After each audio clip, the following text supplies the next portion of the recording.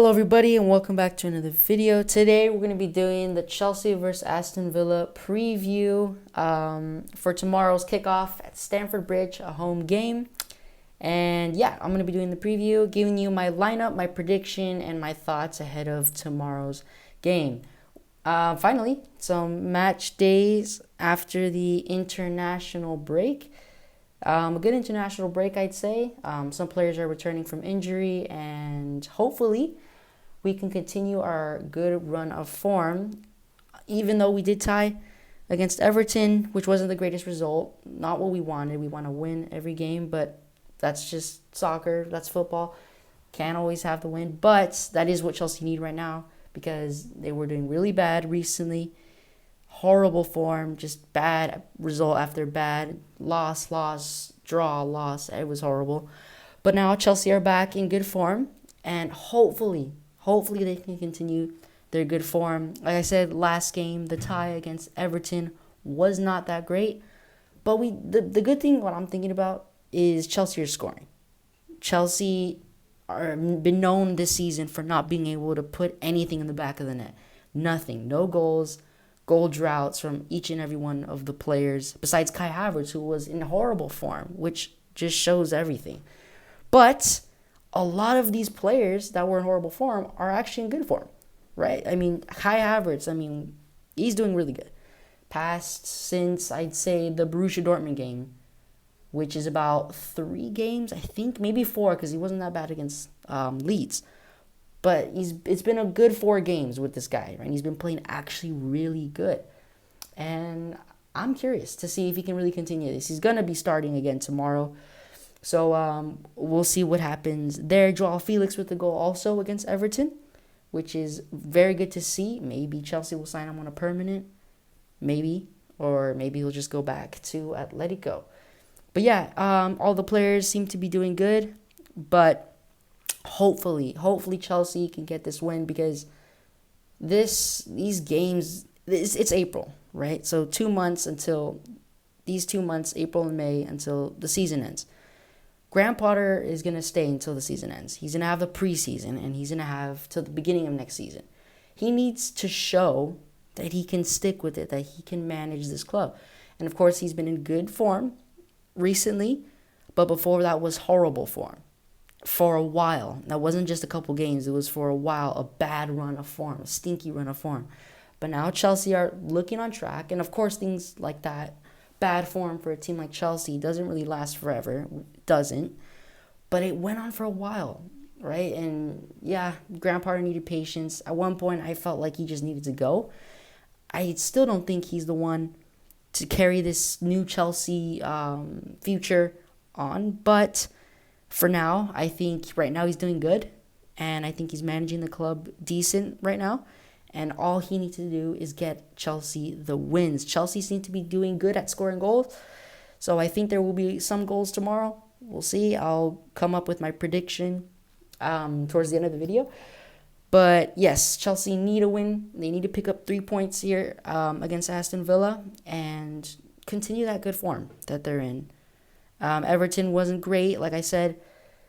Chelsea had most of the ball. They were making plays, but they just threw away the game. The players pretty much gave up towards the end with ridiculous substitutions by Graham Potter made towards the end of the game. Defensive-minded substitutions against Everton, which doesn't make sense at all, right? So I don't really know what he was doing there.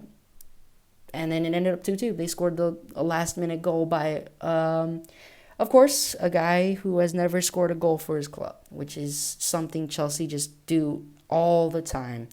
Just like against Spurs, like with that one dude. What's his name, Skip? Yeah, first goal for Tottenham. And then Sims, first goal for Everton. Who is that guy? Jeez. Anyways, yeah, so tomorrow, Chelsea versus Aston Villa. I'm going to give you my formation right now, so let's look into that. So here is my starting lineup for tomorrow's game. Sorry if the screen looks a little weird. I'm still working on that, getting these graphics a little better. But this is what I have for now, and this is my lineup. So this one's actually similar to the game versus Leicester City. We won 3-1 in that game. We had complete control, scored 3 goals, conceded, but we won the game comfortably. And with this lineup, technically. So I'm going to use that one again. The only difference here with the Everton one, I believe someone else, I forgot, but someone else started instead of Mudryk, right? And Mudryk last played with Ukraine against England, wasn't that great, but he was good against Leicester. That was the first game, full 90 game that I saw from him that I actually liked. He he scored a goal, an offside goal, right? Did a whole celebration and everything, quite embarrassing. But he scored a goal. It was offside, but he scored a goal. Okay, so he could put things in the back of the net. Scored a goal, but he did get, even though that didn't count, he made an assist. He got an assist for the last goal, Kovacic's volley. So he got an assist, right? No more 007, right? He got an assist. So I think since he did good against Leicester, and by the way, I think Graham Potter is doing a brilliant job at managing his minutes and managing this guy, because he was out for 2 months before he signed for Chelsea with an injury, I believe. And he's settling into Premier League. It's not that easy, right? Premier League's a tough competition with tough players and tough pressure, especially costing almost 100 million. So there's a lot of pressure on this guy. He's young, but I can see him. Like, I know Graham Potter is doing really well with this guy. Instead of just rushing him into the starting 11 every single game, expecting him to be Messi, he's not, right? So he's managing his minutes and making sure he can reach that potential, which I think he's doing a great job at, Graham Potter. So props to you. So yeah, I think Mudryk is going to start tomorrow. He probably is. I think Sterling is doubtful. Pulisic is doubtful. And yeah, I think that's a good front three with Joao Felix alongside him and Havertz, because in the Leicester game I did see a link up between these three and they switched, right? So Mudryk was in the middle in the first half, and then the second half he was down the left and Joao Felix got taken off. But point is, they linked up well. Havertz is playing really good, brilliant form. Joao Felix as well scored. They both scored against Everton. So I think they need to both be sticking in the starting lineup. They're going to, without a doubt. And Misha Mudryk, I think, deserves a start, and he's most likely going to be given the start. So that's my front three. Moving to the midfield, we got Chilwell on the wing back, and on the left wing back, and on the right wing back, Reece James. Pretty sure they're going to start. There's no question about that. Nothing more to say. They've been in brilliant form, both of them. More Chilwell, but still both in decent form. My midfield is Kovacic and Enzo Fernandez. There's just something about Enzo Fernandez. He's fitting so well to the Premier League. It's so rare to find this player, but when this player just right away from the start, that's when you know you didn't waste any money on this guy. This guy is the real deal. 120 million, I'm actually starting to see this as a bargain. This guy's very good. Argentinian midfielder, super young. What a talent. He's been brilliant recently, and Kovacic as well, actually. And he scored 2 goals, I believe, against Croatia. With Croatia. For Croatia. He scored 2 goals. And he scored against Leicester. So he's been in good form. I think they're doing a good partnership there in the midfield. So I'd say keep that up. And yeah, so that's my midfield. And the back three is Cucurella, Koulibaly, and Badiashile. Badiashile, another fantastic signing that Chelsea made in the January transfer window for about 40 million.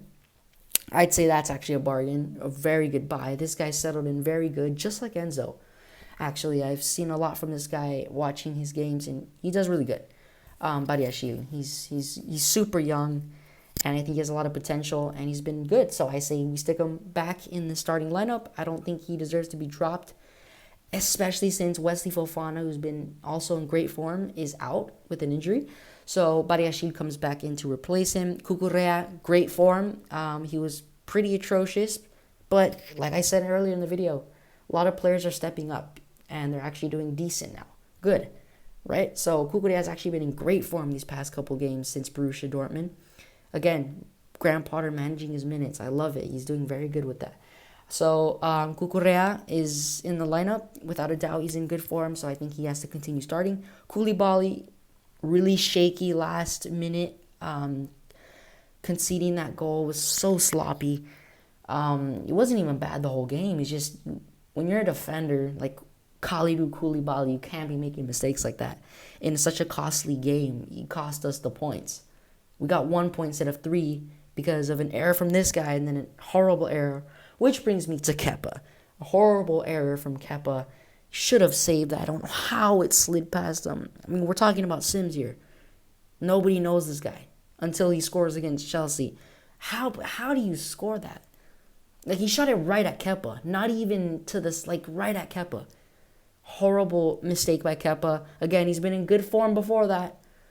But he has had it a past 2 shaky games. So definitely Chelsea need to be careful with this. But Mendy, I don't think, is in contention to start. So Kepa is without a doubt going to be starting tomorrow as well. So this is my starting lineup. Joao Felix on the left. Mudryk down the middle. Havertz down the right. Also swapping Mudryk and Kai Havertz. Chilwell on the left wing back position. Reece James on the right wing back. Kovacic and Enzo in the midfield pivot. My back three is Cucurella, Koulibaly, Badiashile, and in goalkeeper position, Kepa Arrizabalaga. That is my starting 11, and now I will share with you my prediction for tomorrow's game. So predicting a Chelsea game is one of the hardest things because one day Chelsea play good, the next week Chelsea play bad. Example, Chelsea versus Leicester, we played good. Chelsea versus Everton, we threw the whole game away by substitutions. So it was kind of hard. You know, with Chelsea recent form, I'm going to go for a win, right? It's hard because things like Everton happen and you just don't know what to think the next game. But it's been a good international break. All the players played well in the international break. We were in good form, which is the truth.